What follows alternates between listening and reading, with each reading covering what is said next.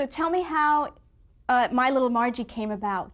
Well, I had been doing motion pictures, as I said, and my career at that point was not exactly flourishing. In fact, I think I had said, oh, all right, thank you, God, I've enjoyed all the wonderful things, and if this is all I'm supposed to do, then I'm just home and I'm a mother, and that full time, and not that I was mother full time anyway, but so and I was like ready to release, wanting to have a career, I thought. And I got a phone call from Hal Roach Jr.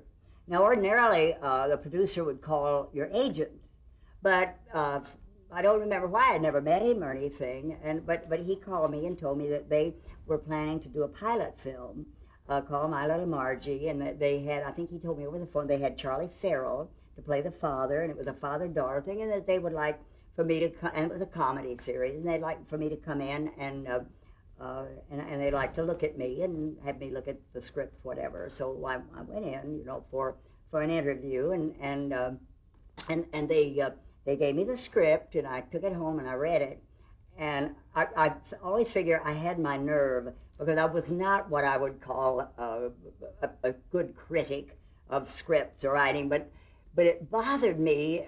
It bothered me the relationship between the father and daughter. Bothered me, and not in any big way other than to me it wasn't as pleasant or whatever as it should be. And so even though I couldn't be picky and choosy at that time, I called and I told him how I felt, and in specifics how I felt about the script, and I thanked them so much for having for asking me in and everything. And so when I hung up, I didn't think I'd hear from him anymore. And so I don't remember how much time, maybe a couple of weeks or something, and he called back and he said, we took into consideration what you said, and he said, the script is different now. Would you come in and get another script? So I went in and I got the script, and I loved it. I just loved it. So Yeah. Did they change? Yeah. Whatever comes. It was what I would consider a fun, healthy relationship, What year would that have been? That was 1952. That's one year I can be specific about. Now, in 1951, you starred in your last motion picture, The Woman of the North Country. Did you know that was going to be your last film? No. But then As it turned out, right, I didn't have time for that after that, yeah. So what was the major premise of My Little Margie? You mean the story? Well, it was the mother. There was a father-daughter, and we lived in, well, I guess what you'd call a condo in New York, somewhere like that, and the mother was dead, and that's very abrupt, it had the boyfriend, Freddie, the boyfriend, that was just kind of a nerd, sort of, and that Margie liked, but, not great love or anything, but she liked him. The father didn't like him, of course. And then we had an across-the-hall neighbor called Mrs. Odette, who was so funny. She was, I don't know how old she was then, but we worried about her a little because she was, she was a darling lady, but she had not really had experience in acting that I know of, and she came from a very cultural background. And in Margie, they wrote her part was where she had all of these lines that were real. I can't even think of any, but were real jazzy lines, hip talk and stuff. And so when I'd be working on a scene, I'd be her name was Gertrude Hoffman, now Mrs. Odette's, and so she would wait until I finished the scene I was in, and she would come over to me and she'd say, "My dear, what does this mean?" And I'd explain to her, what that kind of jivey talk was. She would get the greatest delight out of it. It was like a big discovery, and that's the way she came off. She came over on television like the best ingenue you would ever want. Everything was just new and exciting, and people loved her. I loved her too.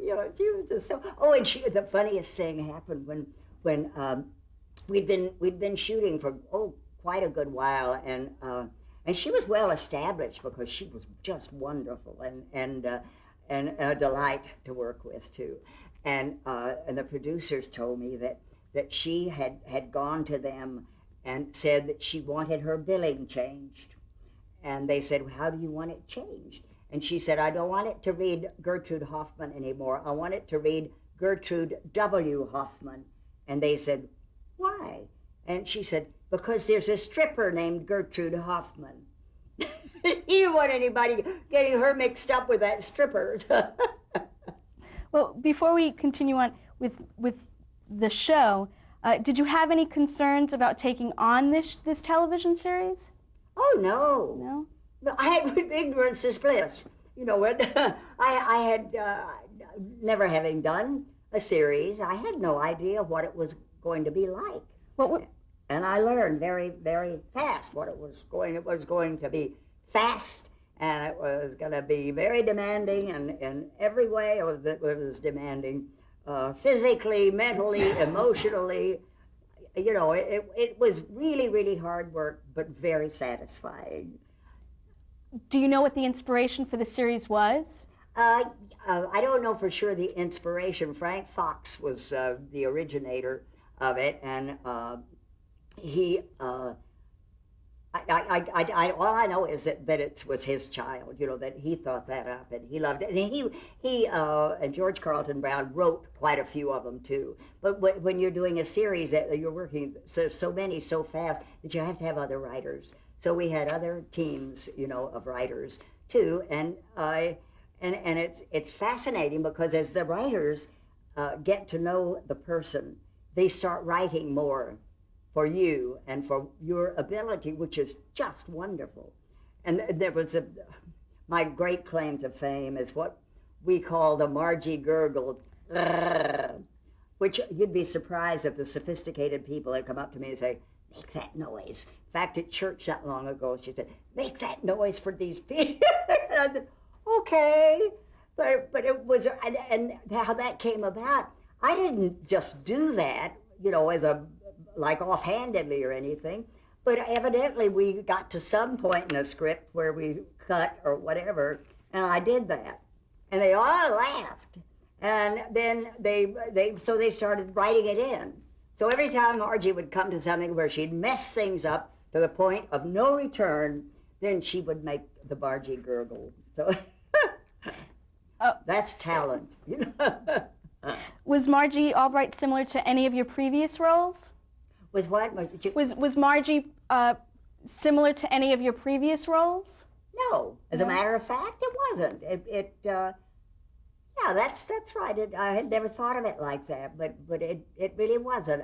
Other things that I had done, I had never done anything like that, and it was a greatest learning experience because we worked so fast. When we started on television, we had a 6-day week, you know, and it was during Margie that they decided if everybody was going to survive, they had to make it a 5-day week, which they did.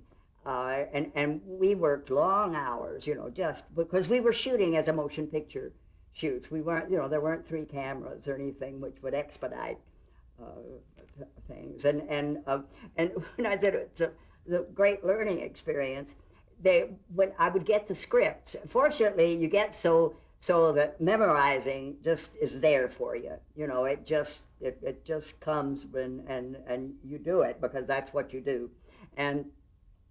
But they would have things that they would write in or parts or where, let's say where I would be required to do a dialect of some part of some kind, and if I'd had time to think, "God, I don't know if I can do that. You know, I better find out how." By the time I had tried to figure out whether I could do it, it was over. And you learn. You know, you really learn that way. So early on, did you sign a contract? Oh, yeah. Uh-huh. What were the terms? I don't remember exactly. I guess the terms were the same as they would be for anybody else, you know, just whatever that means. Did you have any percentage of the show? Not originally, no. When did you get a Yeah, I percentage? did after it became quite successful. Then, yeah, then I did. How did you renegotiate that? Well, I didn't. My agent, my agent did, and you start to realize that I didn't realize a lot, I guess, but to realize that well, I guess what I'm trying to say is that you're important to that show, and that you ought to participate maybe a little more liberally in it. So early on, did you have any influence over who was cast? No, I've never had time for any of that. It would be an interesting thing if we didn't have time to sit in on script readings, or because for one thing we didn't work that way. We didn't rehearse, and we rehearsed and then did the scene. So the casting, well, I always thought the casting was great. I knew the people who did the casting and everything, and I just was always delighted with it. So tell me about that first pilot episode. Well, I have to back up. Well, I remember that I felt really good about the part, and it was a really fun script. And I'm trying to think of how to say and I can't think of how to say the plot. So that it clears it up. But it was working with Charlie Farrell. He was my father, and he just the dearest man in the world. That was what they call a happy show. Everybody got along. Nobody made problems or anything. And Hal Yates was the director, and he directed way back to all of the early comedies, and he knew comedy. It was absolutely the most wonderful, exciting comedy learning experience that I didn't even know that existed. I thought when I went into Margie, I knew that, well, comedy, I thought I had a flair for it, and timing is important, and I thought, well, I kind of got that, I thought that's all there was to it. Well, boy, working with Hal Yates, it was the most wonderful learning experience, and I can't even be. I wish I could be specific about things, or maybe something.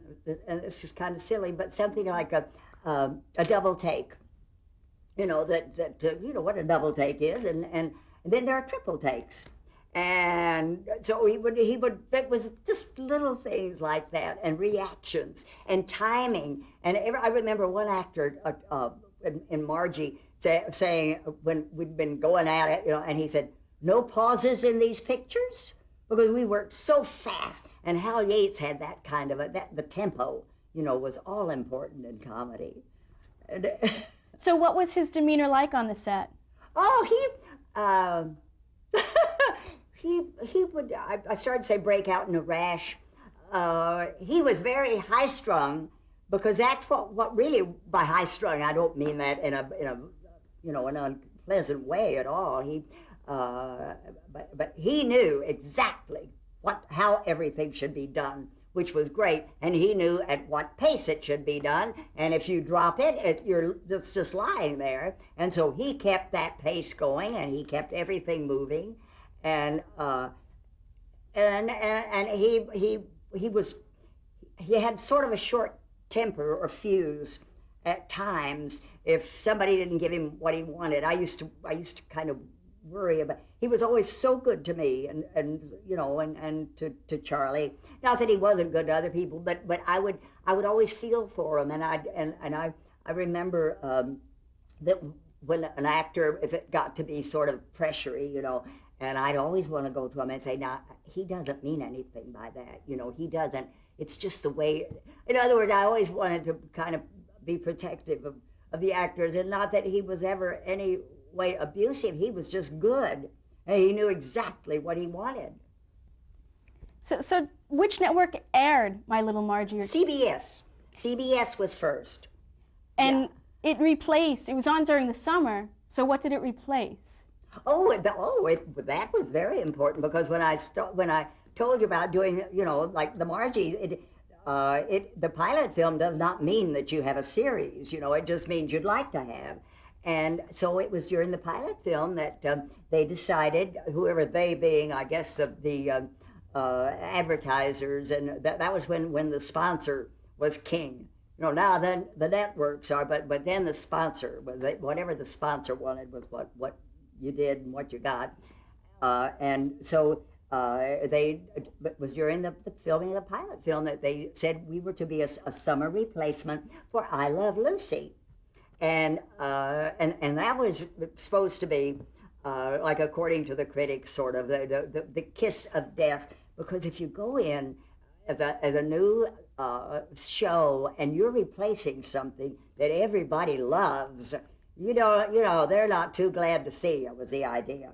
And then another thing was they felt like you really required to establish a show. You required 13 episodes to really get your characters, because you do have to establish characters. You have to establish what you're doing, and we only had 9, and that was supposed to be something that meant it would not possibly work. And then when it came out and the critics sort of panned it, they were nice to me, but they sort of panned the show, and that was supposed to be the kiss of death, but it was then one of the critics, he was a very dear man, and he said afterwards, after it had been going on and successfully for a while, he said, well, nobody liked it but the people. Which of course was all that was required. So how did you feel about all this negative criticism? I didn't, it's the funniest thing, but I'm very sensitive, and I guess as most actors or most people are. But it didn't bother me, and I would still puzzle and wonder why. But I think it was as if from the time I was involved with Margie, from the time that script seemed right to me and I was involved, it was like I don't believe I ever had any doubts. And I don't mean to say that I thought, oh, this is going to be a big hit. Oh, people are going to. I didn't think that. It just felt right to me. It just felt good. And so I didn't let that bother me, what they said. If it's right, it's going to work, and if it's not, it's not. And it did, Did it affect the quality of the shows? What affect the quality? The criticism. Oh, no, Or did other actors talk about it on their set? The criticism? I don't even think we had time. Okay. We didn't have time to complain or something. And it wasn't that big a deal, and it's one of those things, too, where you let that go by and see whether it's going to make any difference or not. And as it turns out, it didn't make any difference. Because people did like it, and that's what counts. So tell me about Margie Albright. Can you describe her to me? Oh, I don't know. Let's see. How can I describe her? Of course, I wouldn't say that she's like I am, although you do, you've got the physical thing that you put into it. But she had a mind that was so inventive and so creative, and such a will to make everything right. No matter what it was, she was going to fix it. It's sort of whether it needed fixing or not, I think. And so that was what she was like, and she was very strong. And but her father was very strong too, and so they had there was a lot of clashing, but also there was a lot of love where she cared how he was. She cared if he looked like he was getting tired at work, and of course her efforts to keep him from being tired would always work in reverse. But so I don't know if I've described what she's like, but I liked her. And I thought she was a lot of fun, and I don't think I thought she was anything like I am as a person. No, I don't think I know I didn't think that. I don't know how much is, but it was like people would say, and they still say, boy, the things you thought up, or my soul, without writing, I couldn't think of anything. The writing was great, and I never thought, but they'd say, boy, those scrapes you got in, just as if I had, how did you ever think of that?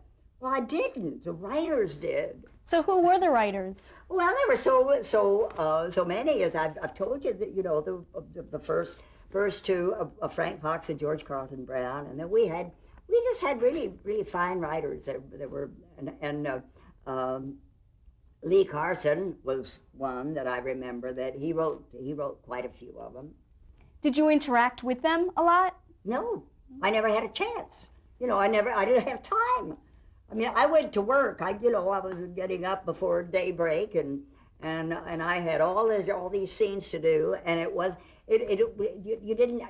If something didn't feel right, I could change it, on the script. But there weren't that many things that the writers ever. As I said, that was so great because they get to know you and they get to know what is right, and they write for you, and it's wonderful. So how did acting in television compare to acting in motion pictures? It was a lot more. I mean, I would call that about as much acting as you could ever take on, because with a series, it was so demanding, and the hours were so long, and you really had to love it, and I did. I loved it, but oh boy, it was work. It was really hard work. And of course, not to mention that I had my family that I worked at too, and it was a lot. So tell me about the initial audience response for the series. Well, as far as when you say audience response, I mean, you think of a reaction from an audience, which we didn't have. It was like that. The camera was the people out there. It's funny. I didn't miss an audience because it was just aimed that way anyway. And the audience's response, of course, was good, or we wouldn't have stayed on. They liked it. And why do you think it was so popular at first? I don't know. I think that the situations were fun, and they were clean, and a lot of diversion. You could watch those things and just enjoy and just laugh, and I know that the people in it were appealing. I know Charlie Farrell was just the dearest person, and as I said, Gertrude Hoffman, Mrs. Odette's people just loved her. She was such a kick. She would do the most physical things that we'd all worry about. There were a lot of physical things. Tell me about in Margie. There where you required a double because they don't, because that either you're not really capable of doing some of the funny physical things. You can start them out, but you can't necessarily do the ones that need to be, nor are they safe. So if they're not really safe to do, or that for a person, when you get banged up or something. I remember one picture, one Margie series I was doing where I had a scene where the bad guys are on one side of the door, I'm on the other side of the door, and I'm holding it shut. And I'm supposed to hold it shut as long as I can, but the bad guys are bigger than I am, and so they push open, and get it. Well, when we were rehearsing it, I hated to make a problem out of anything, and as we were rehearsing it, I knew that this person, the actor on the other side of the door, was jumping the gun when it came, because it would be on a count, like the director would do a count of 1, 2, 3, and you have to go by that, because I had to give at the same time this fella had to push, or it just it wouldn't work. So I'm thinking, as we rehearse it, I'm thinking, this guy's nervous and he is pushing too soon, but I thought I could say that to the director, but I couldn't. So anyway, as a result of that, I'm like this at the door holding it shut, and he jumps the gun and pushes it and breaks my nose. So and that's an example of what can happen if you do too many of the, not even doing a stunt or anything. And then I had a wonderful double that she was exactly my size, and she just was, and she was wonderful at everything she did. And we had one scene where in a Margie episode where we were at my father and I were at a rented house at the beach, and it had a loft, and the loft had a cutout place where if you were hiding up in the loft, you could look down into the living room and see what the bad people or the plot was going on. You could look and see what they were planning.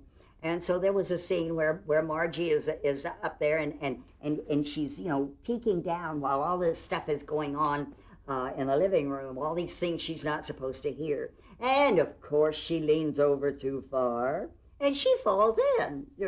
Well, that's not something they're going to let me do, but somebody has to do it. And so, and this girl was so good, and she told us, well, at the time I'd gone home because they'd saved that till last to shoot.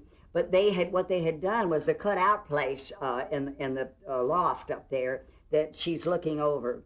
They had put an edge on it like that. They had put like a little board up so that you're looking over something, and in her timing and body movement, she had not taken into consideration, or she didn't have time to, that thing was making a difference in the kind of fall she could do.